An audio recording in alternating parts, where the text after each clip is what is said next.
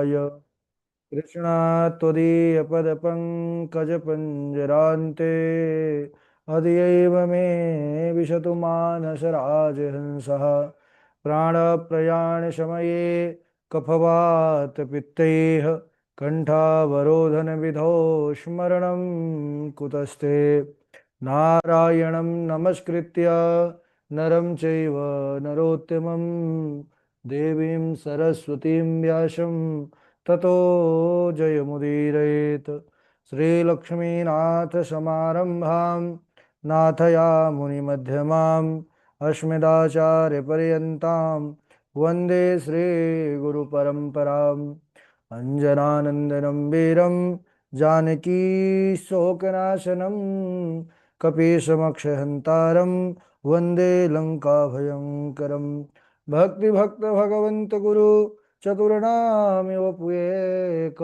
इनके पद बंदन किए नाशत विघ्न अनेक। बोले वृंदावन बिहारी लाल की जय, भागवत महापुराण की जय, सुखदेव भगवान की जय। परम मंगलमय परात्पर अखिलेश्वर अचिंत कल्याण गुणगण निधान सर्वेश्वर सर्वाधिपति अकारण करुणा वरुणालय अकारण करुणाकारक सकल जन कल्लशापहारक परात्पर पर ब्रह्म सच्चिदानंद स्वरूप परम पिता परमात्मा श्री राधा गोविंद सरकार राधा रमण बाधा हरण श्री बांके बिहारी लाल उनका यह वांग्मय शब्द में विग्रह श्रीमद् भागवत महापुराण। कोटि कोटि नमन कोटि कोटि प्रणाम। इस परम पावन पुराण ग्रंथ पारमहंसों की पावन संहिता को परमाराध्य नंद नंदन यशोदा नंदन ब्रज नंदन देवकी नंदन श्याम सुंदर श्री कृष्ण के पाद पद्मों पर कोटि नमन नतमस्तक वंदन एवं अभिनंदन। उनकी अलादनी शक्ति प्राणप्रिया जगत वंदनी व शुभानंदनी भासुती जगदीश्वरी बरस आने वाली श्री किशोरी जी के पावन चरणारविंदों पर कोटि पड़ती समस्त भूतादिक श्री राम मैं सब जग जानी करहूँ प्रणाम जोर जोग पानी। हम सबका यह परम सौभाग्य कि भागवत साप्ताहिक कथा सीखने का सदसंकल्प विचार लेकर के एक स्थान पर एक साथ जुड़कर इस पावन पुराण श्रीमद् भागवतम की तैयारी कर रहे हैं। इस समय हम सब बड़े ही पावन चरित्र प्रसंग पर बने हुए हैं। कल के दिवस पर चर्चा चल रही थी कि श्री सुखदेव भगवान बतलाते हैं कि किस प्रकार से जब महाराज दक्ष अपने 10,000 पुत्रों को उत्पन्न किए, हर्यश्व नामक पुत्रों को, और उनको गृहस्थ में प्रवेश करने की आज्ञा दिए तो वो नारायण सरोवर को गए। देवर्षि नारद वहां पर उनको मिले और उनसे ऐसे कूट प्रश्न किए जिनके प्रति उत्तर में संसार की नश्वरता का वर्णन उन्होंने किया, परमात्मा की प्राप्ति का अलौकिक वृत्तांत का वर्णन किया, जिससे 10 के 10,000 जो हर्यश्व नामक दक्ष के पुत्र थे वह सब के सब वैरागी हो गए, सब के सब संन्यास्त मार्ग को अपना लिए। तो महाराज दक्ष को बड़ा क्रोध हुआ। फिर उन्होंने सवलाश्व नामक 1000 पुत्रों को उत्पन्न किया और उनको भी जब देवर्षि नारद ने अपना शिष्य बना करके संन्यास मार्ग की दीक्षा दिया तब क्रोधित होकर के दक्ष ने श्राप दे दिया देवर्षि नारद को। उन्होंने कहा कि अहो असाधो साधु नाम साधु लिंगेन नस्त्वया असाध्वर कार्य भकाणाम भिक्षो मार्ग प्रदर्शिता। हे देवर्षि, तुमने तो भेष साधुओं का धारण कर रखा है, लेकिन तुम साधु नहीं असाधु हो। तुमने मेरे भोले भाले निरपराध बालकों को भिखारी बना दिया, बाबा बना दिया। जाओ, मैं तुमको श्राप देता हूं कि तुम एक स्थान पर ज्यादा देर नहीं ठहर सकोगे, क्षण भर से ज्यादा। नारद जी ने कहा ठीक है, ये तो हमारे ऊपर श्राप नहीं है तो अनुग्रह ही हुआ, क्योंकि अभी तो एक जगह रुकते थे, कमलों को भगवान से जोड़ते थे, अब घूमते रहेंगे, एक जगह रुकेंगे नहीं तो बहुत लोगों को भगवान से जोड़ेंगे। दक्ष अब की बार 60 कन्याओं को उत्पन्न करते हैं तो दश धर्माय कायेन्दोर दुषट तृणव दत्तवान भूतांगिरहा कृशाश्वेभ्यो द्वे द्वे तार्क्षाय चापराह। जिनमें से 10 का विवाह धर्म के साथ किया, 13 का विवाह कश्यप जी के साथ, 27 का विवाह चंद्रमा के साथ, भूत अंगिरा कृशाश्व के साथ 2-2 कन्याओं का विवाह हुआ। कश्यप और तार्क्ष नामक धारी कश्यप के साथ 4 कन्याओं का विवाह हुआ। ऋषि कश्यप की पत्नी दिति से दैत्यों का जन्म हुआ, अदिति से देवताओं का जन्म हुआ। जो दैत्यों की छोटी बहन रचना, इनका विवाह हुआ त्वष्टा नाम के जो है देवता के साथ, जिससे सन्निवेश और विश्वरूप ये दो भयंकर बड़े प्रतापी पुत्र उत्पन्न हुए। और विशेषकर विश्वरूप का चरित्र तो इसलिए स्मरण आता है कि विश्वरूप जी एक बार देवताओं के गुरु बने, आचार्य बने। महाराज परीक्षित ने पूछा कि भगवान ये कैसे संभव है, क्योंकि ये तो असुर कुल से उत्पन्न हुए हैं और असुरों और देवताओं की कभी बनी नहीं, और फिर ये देवता असुर कुल में उत्पन्न विश्व रूप को अपना गुरु कैसे बना लिए, अपना आचार्य कैसे बना लिए। तब श्री सुखदेव जी कहते हैं कि हे परीक्षित, एक बार देवराज इंद्र अब त्रैलोकी का ऐश्वर्य पा करके उनको हो गया अहंकार, अभिमान, और मद में वह अपने सिंहासन पर बैठे नृत्य गान देख रहे थे। अप्सराएं नृत्य कर रही थी, देवराज महाराज उसको देख रहे थे। उसी समय देवगुरु बृहस्पति आए, यानी देवताओं के गुरु जी पधारे बृहस्पति भगवान। और देवराज इंद्र ने देख लिया कि गुरु जी आ गए, फिर भी अब गुरु जी को कौन उठ करके सम्मान करे, कौन प्रणाम करे। अपने अभिमान में इतना खो गया कि अरे मैं तो बड़ा श्रेष्ठ हूं, मैं तो राजा हूं, और अनदेखा कर दिया, यानी उस तरफ देखा ही नहीं। अंतर्यामी गुरुदेव भगवान समझ गए बृहस्पति कि ये देख करके भी मेरा अपमान कर रहा है, गुरु का अपमान कर रहा है। तो उन्होंने इंद्र से कुछ नहीं कहा, ना ही श्राप दिया, और वो सीधा वहां से चले गए महाराज। वहां से अंतर ध्यान हो गए। सभा जब खत्म हुई नृत्य गान की, तो उसने देखा कि गुरुजी कहाँ गए, और पता चला कि गुरुजी तो चले गए, रुष्ट हो गए। अब जैसे ही पता चला असुरों को कि देवगुरु बृहस्पति का जो कृपा का हाथ है वो देवताओं के ऊपर से उठ चुका है, देवताओं से रुष्ट हो चुके हैं, और कहा गया है ना, कहते हैं ना कि गुरु मेहरबान तो चेला पहलवान। गुरु जी चले गए तो देवताओं के ऊपर स्वर्ग पर आक्रमण कर दिया दैत्यों ने, और खूब पिटाई किया, और स्वर्ग को अपने हाथों में ले लिया। देवता दर बदर भटकने लगे, भागते भागते भगवान के पास गए कि प्रभु रक्षा करिए, रक्षा करिए। तो अब इधर वह परेशान होकर के देवताओं ने अपने गुरु जी का अपमान किया। विष्णु पुराण में एक श्लोक आता है, ब्राह्मणम ज्ञान संपन्नम विष्णोर भक्तम महात्मनः आयांतम वीक्षणो तिष्ठे साधुखई परिभूयते। यानी जो ब्राह्मण विद्वान गुरु श्रेष्ठ जनों का तिरस्कार करता है, कहते हैं कि उसको दुख की प्राप्ति होती है। अब इंद्र मनाने के लिए गुरुजी की कुटिया में गया, लेकिन गुरुजी वहां भी नहीं थे। अपने आप को धिक्कारने लगा, ए पारमेष्ठ्यम धिषणम अधितिष्ठन न कंचन प्रत्युतिष्ठेदिति ब्रूयुर्धर्मं ते न परम विदुः। अब इधर क्या करें, परेशान होकर के देवता लोग पहले ब्रह्मा जी के पास गए, ब्रह्मलोक। उन्होंने कहा महाराज रक्षा करिए, बचाइए हमको, असुरों के अत्याचार से उबारिए। ब्रह्मा जी ने कहा कि तुमने ठीक थोड़ी किया है, तुमने तो गुरु का अपमान करके घोर अनर्थ किया है, और जो गुरुओं का अपमान करता है उसकी ऐसी ही गति होती है। तुम ऐश्वर्य में इतने अंधे हो गए कि गुरु का तिरस्कार कर दिए, सम्मान करना भूल गए। न विप्र गोविंद कवीश्वराणाम भवन्ते भद्राणि नरेश्वराणाम। जो गाय ब्राह्मण गोविंद गुरु इनकी आराधना करता है उसका कभी अमंगल नहीं होता, और जो इनका तिरस्कार करता है उनके जीवन में कभी मंगल नहीं होता। अब ब्रह्मा जी कहने लगे देखो, बिना गुरु के तो तुम्हारा राज्य तुमको मिलने वाला नहीं है। तो बोले गुरु जी मिल ही नहीं रहे, रुष्ट हो गए हैं, क्या किया जाए।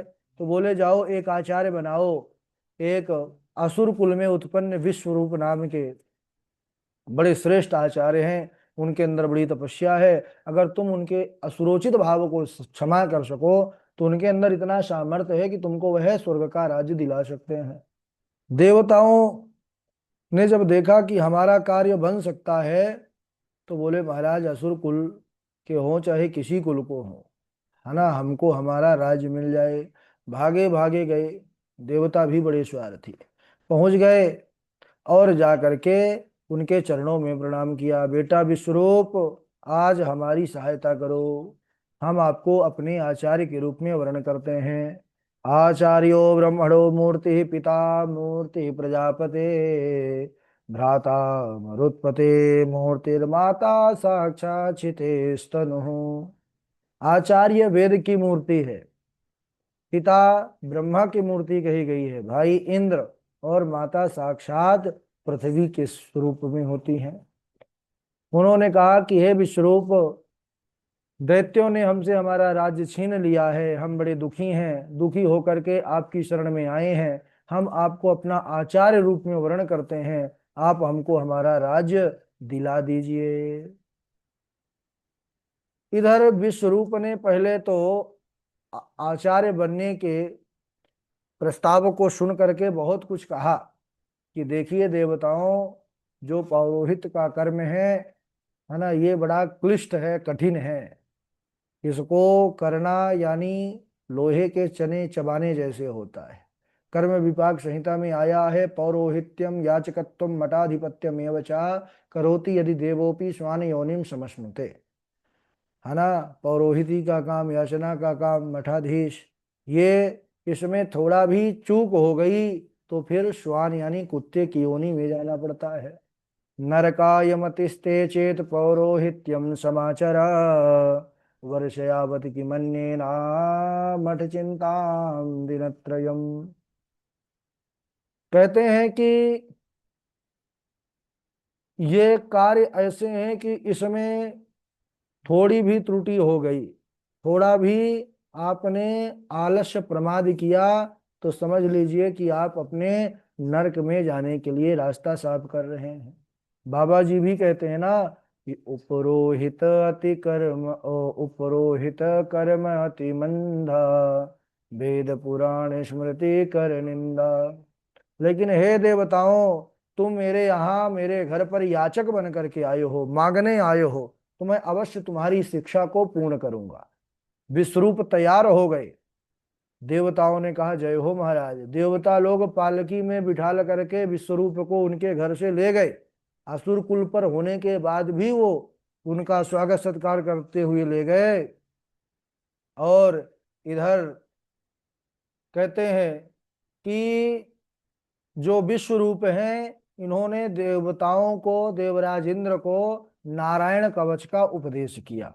ये नारायण कवच की बड़ी भारी महिमा है। उन्होंने बतलाया कि हे देवताओं, जब भय का अवसर उपस्थित हो जाए तो इस नारायण कवच के द्वारा अपनी सुरक्षा कर लेनी चाहिए। उसकी विधि क्या है, विधान भी बतलाया कि सर्वप्रथम स्नान आदि करके शुद्ध वस्त्रों को धारण करके उत्तर की ओर मुख करके बैठ जाएं और सुंदर पवित्री धारण करें, प्राणायाम करें, ओम नमो नारायणाय और ओम नमो भगवते वासुदेवाय, इन दोनों मंत्रों से अगन्यास करन्यास आदि करें और षट शक्तियों से युक्त भगवान का ध्यान करें। भगवान षट शक्तियों से समन्वित हैं। ऐश्वर्यस्य समग्रस्य धर्मस्य सहस्रियः ज्ञान वैराग्योश्चैव शरणाम भगैतीरण। और इसके बाद भगवान का ध्यान करने के बाद सुंदर कवच का पाठ आरंभ करना चाहिए। ओम हरिर्विदध्यान मम सर्वरक्षा न्यस्तांग्रिपद्मः पथगेन्द्र पृष्ठे धरारिचर्मासि गदे सुचापा पाषाण दधानोष्टगुणोष्टबाहु। भगवान श्री हरि जिनका चरण कमल गरुण के पीठ पर स्थित है, अणिमादि आठों सिद्धियां जिनकी सेवा के लिए उपस्थित है हाथ जोड़ करके, जिन प्रभु ने अपने हाथों में शंख चक्र गदा पद्म तलवार बाण पाश धारण कर रखा है, ऐसे ओंकार स्वरूप वाले भगवान श्री हरि मेरी सब ओर से रक्षा करें। जल में जलचर जीवों से मत्स्य भगवान रक्षा करें, स्थल में वामन भगवान और आकाश में त्रिविक्रम भगवान मेरी रक्षा करें। प्रातः काल हाथ में गदा लिए हुए भगवान केशव रक्षा करें, मध्याह्न में सुदर्शन चक्रधारी भगवान विष्णु रक्षा करें, और सायंकालीन भगवान माधव और रात्रि में भगवान पद्मनाभ मेरी रक्षा करें। भगवान श्री हरि के जो नाम है, रूप है, वाहन है, आयुध है, ये सब आपत्ति और विपत्तियों से रक्षा करे। किसकी? बोले मेरी बुद्धि की, इंद्री की, मन की, प्राणों की। और हे देवराज, ये नारायण कवच तुम इसको धारण करके अपने आप को सुरक्षित कर लो। इसका प्रभाव बड़ा अनंत है। इसके प्रभाव से तुम शत्रु पर विजय प्राप्त कर लोगे और अपना राज्य प्राप्त कर लोगे। और देवताओं, इस कवच यानी नारायण कवच पर थोड़ा भी संदेह मत करना। पूर्व काल में एक कौशिक गोत्रीय ब्राह्मण उस नारायण कवच को धारण करके मृत्यु को प्राप्त हो गए, और जिस स्थान पर उनकी अस्थियां पड़ी थी, ऊपर से एक चित्ररथ का नाम जो गंधर्व था, चित्ररथ नाम का गंधर्व, वह विमान पर अपने पत्नियों के साथ जा रहा था। जैसे ही उन अस्थियों के ऊपर से गुजरा, विमान सहित धड़ाम से नीचे गिर गए। उसके आश्चर्य की सीमा ना रही, क्योंकि विमान पर तकनीकी खराबी तो कोई थी नहीं, कैसे नीचे आया।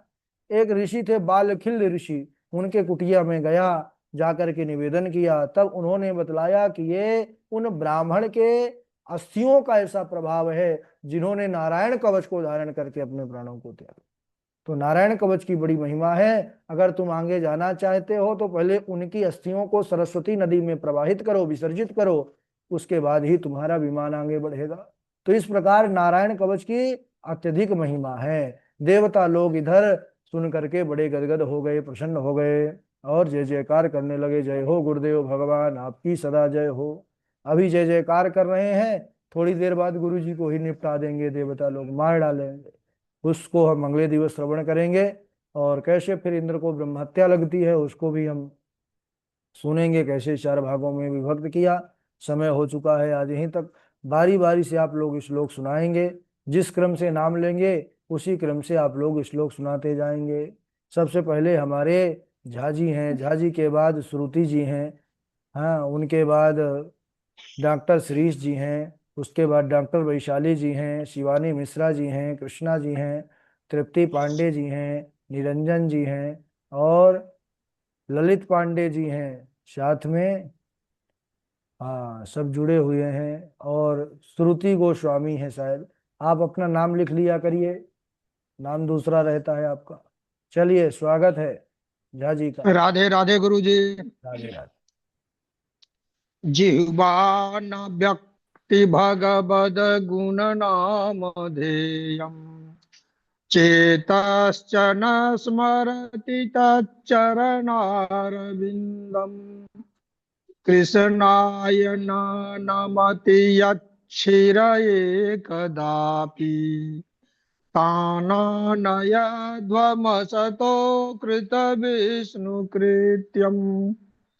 न तद्भासयते सूर्यो न शशाङ्को न पावक यद्गत्वा न निवर्तन्ते तद्धाम परमं मम। राधे राधे गुरु जी। हाँ, राधे राधे। श्रुति जी सुनाइए। राधे राधे गुरु जी। राधे राधे। यत्र योगेश्वरा कृष्णः यत्र योगेश्वरा कृष्णः यत्र पार्थो धनुर्धरः यत्र श्रीर्विजयो भूतेर्ध्रुवा नीतिर्मतिर्मम त्वजित एकं कुलशार्थे ग्रामर्षार्थे कुलं त्वजेत् ग्रामं जनपदर्षार्थे आत्मार्थे पृथिवीं त्वजेत् दुर्भगो वत्तलोकोऽयं यदपो नितरामपि येषं वसन्तो न विदुर्हरिं विनावोड्डपम्। राधे राधे गुरु जी। हाँ, राधे राधे।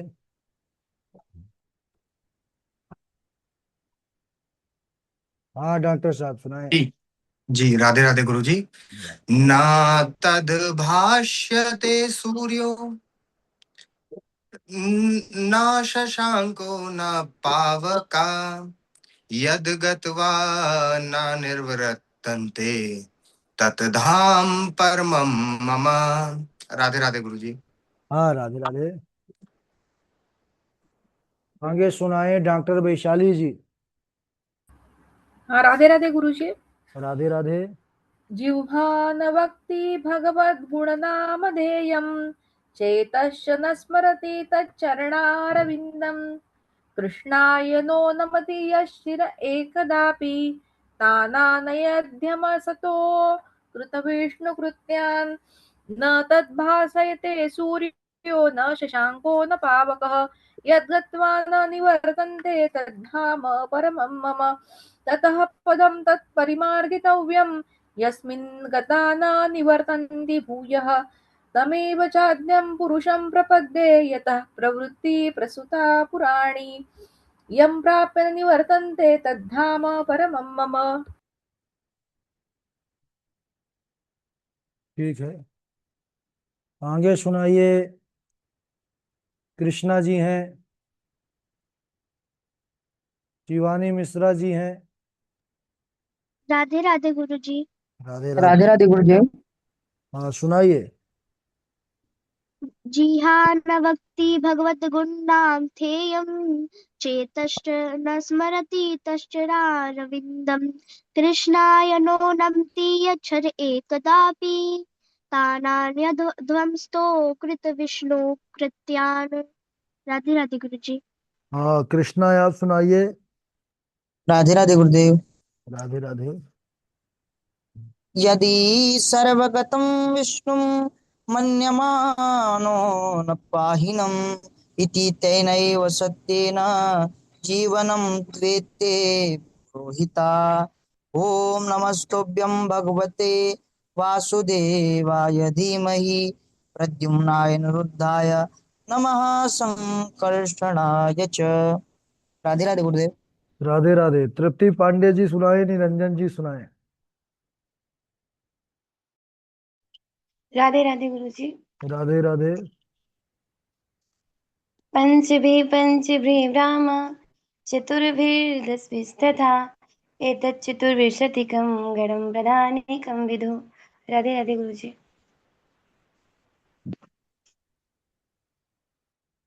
राधे राधे गुरुदेव। हाँ निरंजन जी सुनाइए श्लोक। मैं पुराना सुनाऊंगा गुरुजी, मैं थोड़ा बीच में डिस्टर्ब। पुराना सुना देता हूँ भाई। पाद सेवनम अर्चनम बंदनम दास्यम सख्यम आत्मनिवेदनम इति पुंसार पिता विष्णु भक्त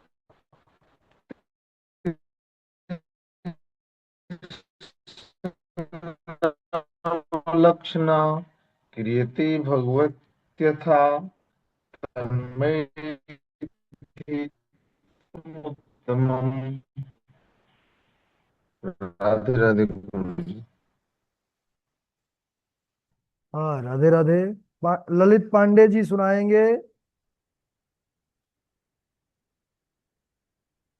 श्रुति गोस्वामी है। गुरुजी हमने तो सुनाया। वो श्रुति नहीं है, रितु गोस्वामी है। रितु, रितु गोस्वामी।